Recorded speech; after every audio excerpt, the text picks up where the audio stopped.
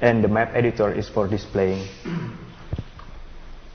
First, the capability of this UDIC is you can import it, you can use the data from the web map server, WFS, web feature server, from the GML, KML, XML, and shapefile, and you can connect to databases like MySQL, ArcSDE, and PostGIS. And you can use a raster data like a GeoTIFF and Word file. After we are doing our project, the output of the UDIC is to export it all the layer as a shapefile or separate shapefile, and export it our project as an image, and export our resources into shapefile.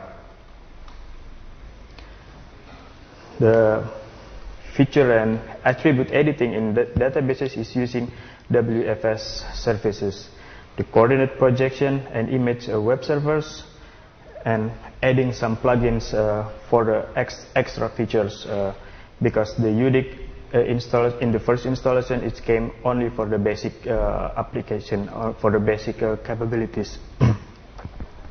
Support for local databases and internet data. That means you can use your own local data, that you set up your own databases and use it in UDIC, and using internet data like WFS or WMS.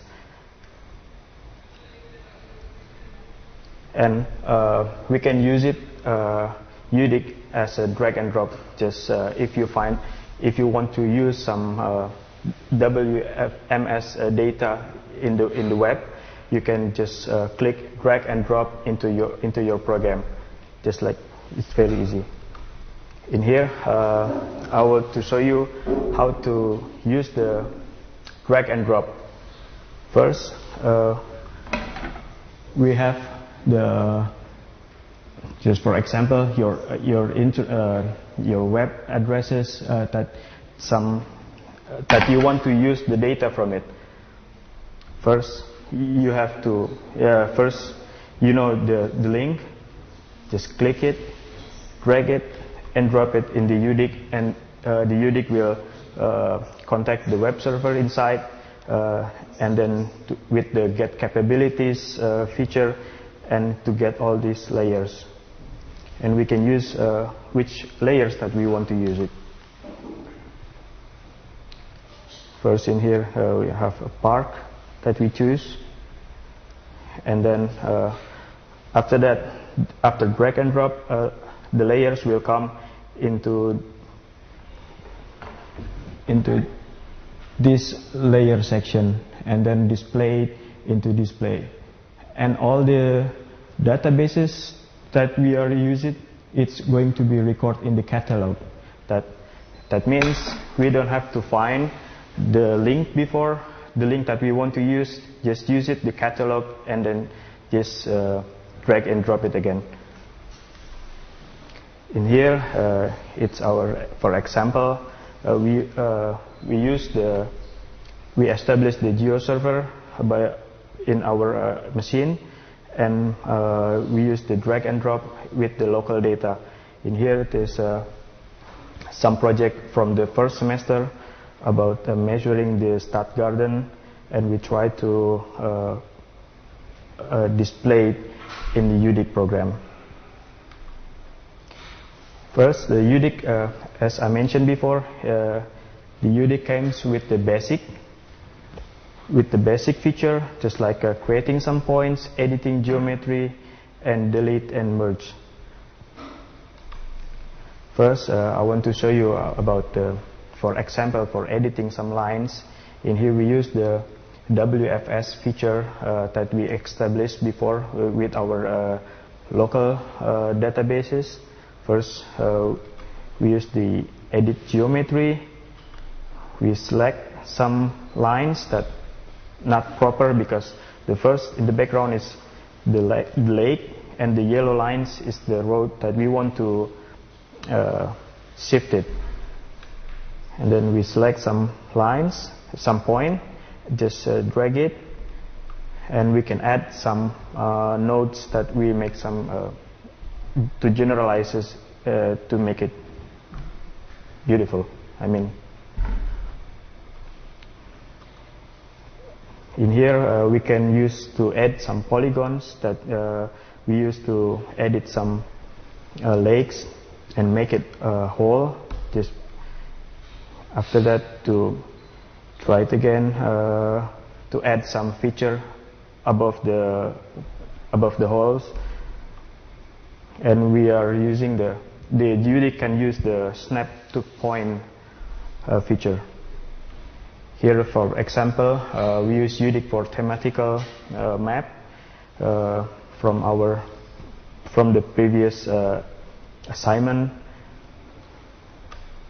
and here we are using the UDIC to make some selection by using the table in the catalog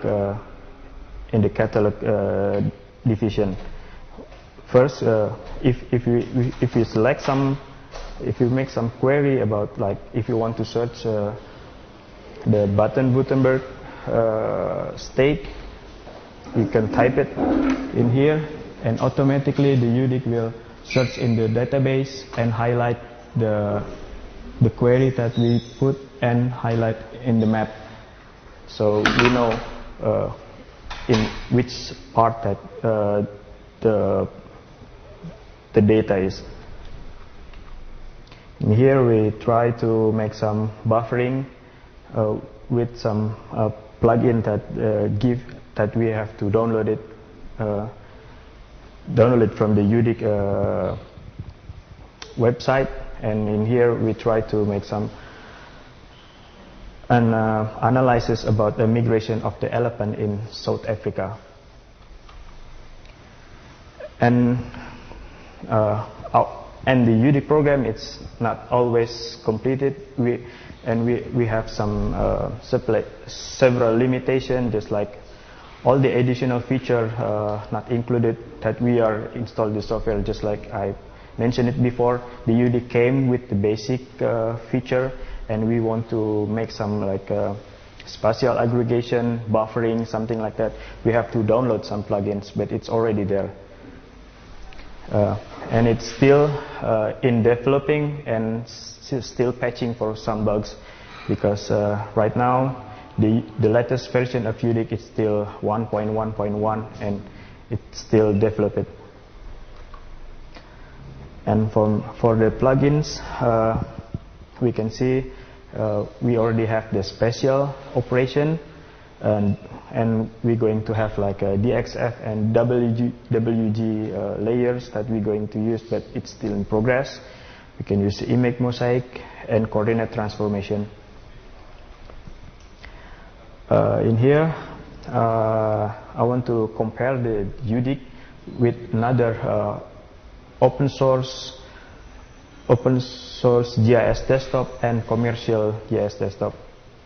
In here we can see the Quantum GIS for displaying, and only for displaying.